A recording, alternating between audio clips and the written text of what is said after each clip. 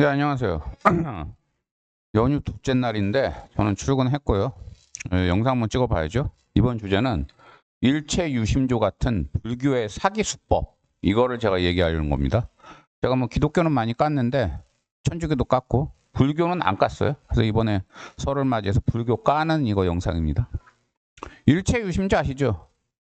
원효가 해골바가지 속에 물, 그 더러운 물 먹고 이제 돌을 깨쳤다 이거잖아요. 모르고 먹을 때는 굉장히 맛있었는데 그 안에 더러운 것들이 있다는 걸 알고 나니까 이제 구역질을 하게 됐고, 그래서 인간의 모든 그 고민은 마음에 달렸다 이 얘기잖아요.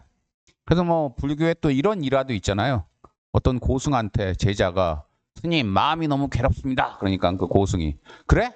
그럼 그 마음을 나한테 보여봐라. 네 마음이란 게 어디 있냐? 그러니까 인간의 마음이란 건참 아무런 의미가 없고 인간의 마음을 얼마든지 바꿀 수 있고 마음을 바꿔서 행복해질 수 있다 이 얘기잖아요. 그래서 뭐 이와 관련해서 제가 소설에서 읽은 건데 비슷한 얘기도 하나 있어요. 도쿄 대공습 2차 세계대전 때 이제 연합군이 전쟁 막판에 일본이 이제 전쟁에서 밀렸죠. 도쿄를 막 대공습하면서 폭격기로 맨날 폭탄을 투여했는데, 그러면서 도쿄가 맨날 불바다가 되고 그랬어요. 그런데 어느 날 밤에 또 이제 폭탄이 막 떨어지는데 어떤 청년이 너무너무 무서워서 막 도망가다가 어쩔 줄 몰라 하고 그 구덩이 속으로 도망갔는데, 뛰어들었는데 그 안에 어떤 여자가 있었어요. 근데 그 청년을 포근하게 안아주는 거예요. 근데 대공습이니까 완전히 도쿄가 다 이제 무너지고 뭐 전등도 없고 어두컴컴한데 이제 폭탄빛만, 불빛만 번쩍번쩍거리는데 그 여자 얼굴이 너무 이뻐 보이고 그 여자가 자기를 안아주니까 거기서 그냥 그 폭탄이 떨어지는 와중에 그 구덩이 속에서 둘이 이제 그 짓을 했어요. 사랑을 나눈 거예요. 그리고 나서 이 남자는 잠이 들었는데 눈을 떠보니까 자기만 구덩이 속에 있고 그 자기를 안아주고 사랑을 준 여자는 사라진 거예요. 그래서 그 여자가 너무나 기억에 이제 잊혀지질 않아가지고 그 뒤로 몇 년간 그 주위를 배회하면서 그 여자가 누구였나, 그 여자를 다시 만나려고 찾는데 그냥 주위에서 신문 파는 어떤 할머니가 그런 여자 여기 없다고 그냥 딴 데 가라고 그러는 거예요. 근데 결과적으로는 그 할머니가 그 여자였어요.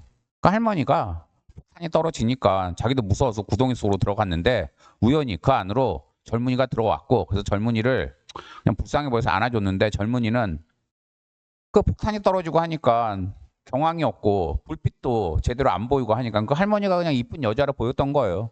그래서 할머니한테 빠져가지고 할머니랑 관계를 가진 거고, 자기 그 젊은이 머릿속에는 그 할머니가 미인으로 남고 첫사랑으로 남았던 거예요.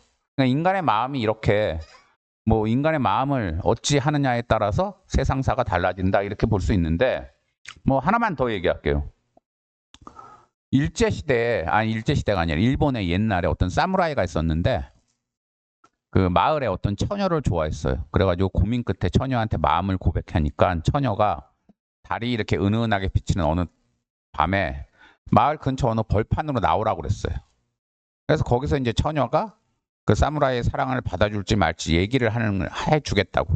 그래서 사무라이가 기대를 하고 나갔는데 그 여자가, 그 아가씨가 이제 사무라이한테 얘기를 막 하려고 하는 순간 갑자기 생리 현상이 생기면서 아가씨가 방구를 뽕 하고 끼었어요.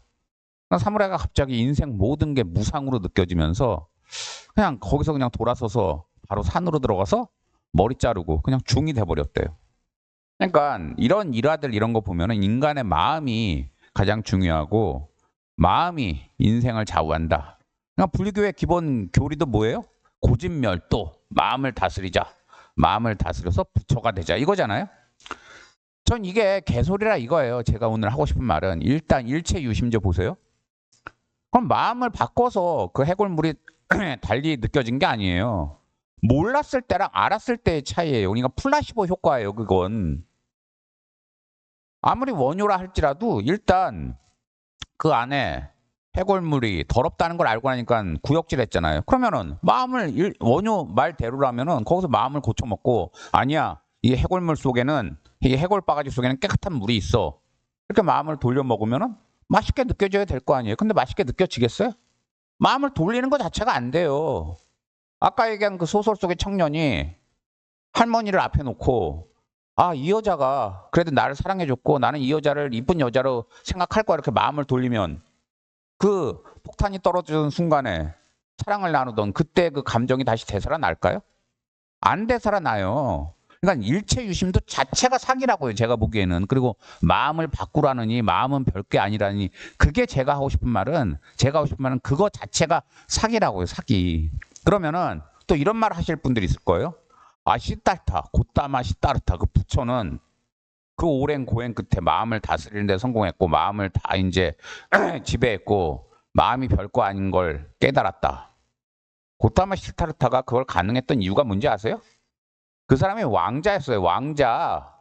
그래서 즐길 거 다 즐긴 거예요. 요즘으로 치자면 맨날 룸사롱 다니면서 그 에이스 언니들이랑 0.1% 에이스 언니들이랑 맨날 놀았고 맨날 명품 샀고 포르쉐 같은 거 맨날 몰고 다녔고 강남에 있는 최고급 저택에서 살았고 누릴 거 다 누린 거예요. 그러니까 그리고 나서 이게 허무하구나 별거 없구나 그걸 느껴서 마음을 다스리는 데 성공을 한 거예요. 제가 보기엔. 곧다마 실다르다가 왕자가 아니었어도 그렇게 될 수 있었을 것 같으세요? 예수? 예수도 비슷해요. 뭐 성서 얘기도 불교랑 큰 차이 없는데 뭐 사랑으로 모든 걸 극복하자. 뭐 이거잖아요. 착하게 살자. 예수가 추종자들이 많았잖아요. 근데 예수 추종자들 중에 창녀도 있었어요. 그럼 창녀들은 아무래도 외모가 반반하잖아요. 예수가 그 창녀들을 안 건드렸을 것 같으세요? 저는 건드렸다고 봐요. 예수가 30살부터 종교활동 시작해서 33세 죽었는데 또 이 얘기하면 또 예수 믿는 미친 예수쟁이들 또 길길이 뛰겠지만 그 전까지 예수도 즐길 거 다 즐겼어요. 내가 보기에. 그리고 추종자들이랑 다 즐길 거 즐겼고 그러니까 인생의 허물을 느껴서 종교로 귀의한 거예요. 제가 보기에. 다 똑같아요. 인간들은. 예수나 부처도 인간이었어요. 하고픈 걸 다 했기에 그들이 해탈이 가능했던 거예요. 단순히 마음을 바꿔서 해탈을 한 게 아니라고요. 좀 다른 얘기일 수도 있지만 서정주 시인의 그 시 유명한 시 있죠. 국화옆에서. 거기 보면 이제는 돌아와 거울 앞에서 내 누님 같은 꽃이여 나오잖아요. 그게 이제 누나가 이제 돌아와서 거울을 보면서 자기 이제 반성을 하면서 자기 인생을 돌아본다 그거잖아요. 근데 돌아오기 전까지 누나가 뭘 했을까요? 내 생각에는 그 클럽 다니면서 맨날 원나잇 했어요. 그러면서 인생 즐기다가 그게 허무한 걸 깨닫고 돌아와서 거울을 보면서 이제 자기 인생을 한번 돌아본 거라고요. 그런데 제가 다른 영상, 한국 천주교와 로스쿨의 문제점이라는 영상에서 말한 것처럼 이렇게 뭔가를 즐길 거 다 즐기고 그리고 나서 해탈을 한 사람들이 성직자가 돼야 진정한 부처의 말씀, 진정한 예수의 말씀을 알려줄 수가 있는데 요즘 대다수 종교들은 어때요? 젊은 애들 위주로 뽑아요. 어린 애들 위주로. 왜? 그래야 효율성이 높으니까 오랫동안 걔네들을 부려먹을 수 있고 걔네들이 어린 애들은 세뇌가 쉽잖아요. 가스라이팅이. 나이 먹으면 가스라이팅이 안 되잖아요. 그러니까 젊은 애들 위주로 뽑는 거예요. 또 이걸 가지고 그때 어떤 미친 의대 교수가 뭐 댓글로 저한테 헛소리 하다가 개발리고 나서 도망갔는데 그 교수. 효율성을 가지고 종교를 지금 종교 단체나 종교 조직을 운영하려고 그러는 게 현대 종교의 문제라고요. 이건 불교도 마찬가지라고요. 그리고 또 여기에 대해서 이런 반론 펴실 분들 계실 거예요. 아 그래도 종교인들 특히 스님, 뭐 신부님, 목사님들 자기 마음을 잘 다스린다. 그러니까 너가 너무 일부 얘만 가지고 극단적으로 보는 거다. 아 목사들이 뭔 마음을 잘 다스려요. 목사들처럼 돈에 환장한 직종이 어디 있어요. 그리고 목사들 간통 사건 한두 건이에요. 그리고 신부들 제가 얘기할까요? 신부들은 결혼을 안 해요. 하지만 성욕을 못 참아가지고 그 내부적으로는 신부들이 포르노 보고 하는 거는 다 그 눈 감아 줘요. 그리고 포르노 보면서 자위하고 이 정도는 그게요. 그 정도까지 안 했다가는 신부들이 다 때려치고 나가기 때문에 어쩔 제가 이건 실제 신부한테 들은 얘기예요. 이건 실제 수사한테도 들은 얘기고 내부적으로 그냥 포르노 정도 보고 자위하는 건 다 막아준다. 다 인정해 준다고요. 아니 다 마음을 극복한 사람이고 해탈한 사람들이면 왜 포르노를 봐요? 그런 성욕 자체를 조절을 해야지. 여담이지만 황진이 있죠. 황진이가 당대 최고의 지족선사라는 사람을 이제 꼬시러 갔잖아요. 그러니까 지족선사가 결국 황진이가 비 오는 날 얇은 한복 입고 와서 그 빗물에 젖은 나체 보여주니까 뿅 가가지고 결국은 황진이 덮치면서 뭐라고 그랬어요? 10년 공부 나미아비탑을 그러면서 지족선사가 황진이한테 넘어갔죠. 그 다음에 황진이가 최고의 당시 선비 소리 듣던 서경덕, 화담 서경덕을 찾아갔어요. 또 서경덕은 안 넘어갔어요. 심지어 황진이가 서경덕이랑 같이 동침을 하면서 서경덕 성기까지 만졌는데 서경덕은 반응이 없었어요. 그래서 어떻게 이럴 수 있느냐 물어보니까 나는 내 마음을 조절할 수 있다. 이렇게 얘기했어요. 그러니까 서경덕 정도 되면은 전 인정해요. 근데 그런 사람은 역사에 거의 없어요. 지금 얘기하는 신부, 목사, 불교도 마찬가지예요. 유명한 사찰 가면은요.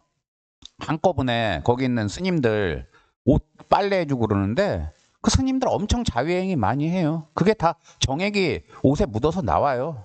속옷 이런데. 근데 내부적으로 그냥 시시해요. 그 정도는 눈 감아주자. 마음을 그렇게 잘 다스리는 사람들이 왜 자유행위를 왜 합니까? 그리고 또 이런 얘기하는 사람들이 있어요. 뭐 무소유인 스님도 있다. 난 무소유 주장하는 사람들 보면 제일 웃기는 게 그거예요. 그렇게 무소유면은 무소유에 따르는 고통도 당연히 겪어야 되는 거 아니에요?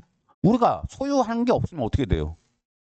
먹질 못하고 자질 못하잖아요. 잠잘 곳이 없고 먹을 게 없잖아요. 그럼 고통이 따르잖아요. 저는 실제로 옛날에 한창 고생할 때 제 몸 낫겠다고 어떻게든지 발악하고 뭐 지방 다니고 할 때 돈이 한 푼도 없어서 노숙도 했고 3일간 굶어도 봤어요. 근데 무소유 주장하는 사람들 중에 그런 고통까지 나는 겪고 있다 이런 말하는 사람 봤어요? 다들 잘 먹고 잘 살아요. 심지어 미국까지 가요. 무소유인데 비행기는 어떻게 타요? 그럼 또 이런 얘기 하겠죠. 그거는 그 스님들이 가진 게 아니고 주변에서 후원해 준 거라고. 전 그 얘기 들을 때마다 그 생각나요. 악질 채무자. 악질 채무자들이 어떻게 합니까? 자기 재산 다 빼돌리고 다른 사람 명의로 돌린 다음에 나는 돈 없어요. 그러니까 강제집행 피하면서 압류 안 당하면서 그러면서 잘 먹고 잘 살죠. 자기가 돈 빼돌린 돈 그 사람들이 명의만 돌리고. 악질 채무자들이나 무소유 주장하는 스님들이나 뭐가 틀려요? 난 틀린 게 하나도 없어 보이는데 진정한 무소유라면 난 무소유라서 제대로 먹지도 못해요. 난 잠잘 곳도 없어요. 그래서 노숙을 합니다. 이러는 스님이 있다면 난 그거 인정하겠어요. 근데 그런 스님 본 적 있으세요? 그래서 결론 얘기할게요. 진정한 마음을 다스리는 법은 불교의 뭐 그런 개소리가 아니에요. 일체유심조 이런 게 아니라 내가 보기엔 할 걸 일단 해야 돼요. 하고픈 거. 젊을 때 여자 만나고 싶고 남자 만나고 싶으면 하세요. 좋은 거 갖고 싶으면 사세요. 그래서 즐기세요. 그리고 중년 넘어서까지 즐기다가 어느 정도 노년에 가까워졌을 때 그때 가서도 계속 욕구만 쫓아가면은 제가 그 욕망의 미충족과 노년의 얼굴이라는 또 영상에서 말한 것처럼 나이 들고 너무 얼굴에 개기름 흐르고 사람이 탐욕스러워져요. 그러니까 젊어서 즐기면서 중년까지 가다가 노년이 되면은 스스로가 스스로를 그냥 어느 정도 마음을 놓으세요. 그러면서 욕망에서 좀 벗어나려고 노력을 하세요. 저 같은 경우에 요즘에 유흥 쪽 이런 쪽으로는 성욕 쪽으로는 그다지 욕망이 없어요. 큰 고민이 없어요. 왜? 저는 젊어서 많이 즐겼어요. 솔직히 별짓 다 했어요. 뭐 제야의 종소리 이런 거를 그 룸에서 이쁜 언니들 무릎 빼고 누워서 들으면서 내가 이래도 되나는 자괴감도 느꼈고 그러다가 어느 날 아침에 또 새벽에 거기서 나와서 이제 집에 돌아오는데 그때가 막 겨울이 막 시작되는 늦가을이었는데 찬 바람을 이마에 맞으면서 이런 삶은 아닌 것 같다. 왠지 그런 깨달음을 얻으면서 저는 유흥에서 멀어졌어요. 왜 그 깨달음을 얻었겠어요, 제가? 유흥을 충분히 즐겼으니까 깨달은 거예요. 그러니까 일단 마음을 하고 싶은 게 있으면 하시라고요. 단 충분히 즐겼다는 생각이 들면 어느 정도 거리를 두시라고요. 그리고 하고픈데 할 수 없는 게 있죠. 저 같은 경우에 결혼 못해요. 왜? 제가 얼굴 기형이니까. 유전 가능한 얼굴 기형이니까. 그래서 이런 거는 지금도 마음은 아프지만 어느 정도 버렸어요. 제가 마음을 그쪽으로는. 그냥 마음을 버리고 포기하니까 그나마 덜 아프더라고요. 그러니까 저는 불교에 뭐 마음을 바꾸면 된다. 별거 아니다. 누구나 부처가 된다. 개소리예요. 누구나 어떻게 부처가 돼요. 아까도 얘기했지만 시달타 자체가 왕자로서 즐길 거 다 즐긴 덕에 겨우 부처가 된 건데. 그리고 또 뭐 스님들 중에 뭐 결혼 안 한 스님들이 많다. 그래서 그분들은 훌륭하다 얘기하는데 실제로 알아보면은요, 여러분 진짜 고승들 중에는 결혼했던 사람들이 많아요. 결혼하고 애까지 낳았는데 뒤늦게 깨달아서 절에 들어간 사람들. 그 사람들이 오히려 진짜 고승이 됐어요. 왜? 해볼 거 다 해봤으니까. 해볼 거 다 해봤으니까. 그리고 여기서 책 하나 추천할게요. 김성동의 만다라라는 소설이 있어요. 1970년대에 나온 건데 그 이문열의 사람의 아들이 기독교적 관점에서 종교 얘기를 다룬 거라면 김성동의 만다라는 제가 보기에는 이거는 그 불교적 관점에서 종교 얘기를 다룬 건데 가장 제가 생각하기에 불교의 문제점 같은 거를 잘 다뤘어요. 그러니까 옛날 소설이지만 도서관에 다 있어요. 한번 보세요. 뭐 불교에서는 너무 깊이가 얕다 그러는데 김성동 자체가 그 사람 자체가 스님으로 있다가 뭐 불교를 까는 소설 발표했다가 불교에서 잘렸어요. 파문당해서. 그래서 김성동을 불교 자체가 나쁘게 보기 때문에 그렇게 까는 거지. 제가 보기엔 김성동의 만다라 꽤나 깊이 있는 소설인가 꼭 보시고 그럼 주말에 주말도 아니고 뭐 주말은 맞죠. 일요일이니까. 어쨌든 연휴에 이런 영상 왜 찍느냐. 어제 어떤 친구놈한테 전화가 왔는데 자기가 어떤 스님을 만났는데 인생에 고통을 없애준다느니 뭐 마음을 바꿀 수 있는 방법을 알려준다느니 딱 얘기 들어보니까 사기꾼이더라고. 근데 그 사기꾼한테 요놈아가 제 친구가 넘어가서 구정인데도 설인데도 그 스님 만나러 간다고. 그래서 스님이 돈을 요구하니 그랬더니 대놓고는 요구 안 하는데 암암리에 요구하더라고요. 근데 그 이 바보 자식은 그 스님한테 돈 바치러 가고 앉아 있어서 그런 바보 자식 좀 없애려고 제가 이 영상 찍는 겁니다. 그러니까 불교에서 말하는 거 대부분이 구라예요. 또 이 얘기하면은 또 미친 듯이 저를 까겠지만 다시 말하지만 식달타가 즐길 거 다 즐긴 덕에 그 인간은 그렇게 해탈할 수 있었던 거고 대부분 인간들은 즐길 걸 다 즐기지 못하기 때문에 해탈을 못해요. 해탈을 생각하지 말고 어떻게 하면 하나라도 더 즐길까 생각하시고 단 나이가 들면 아까 얘기한 대로 즐길 수 있는 것도 어느 정도는 스스로 카트하시라는 거.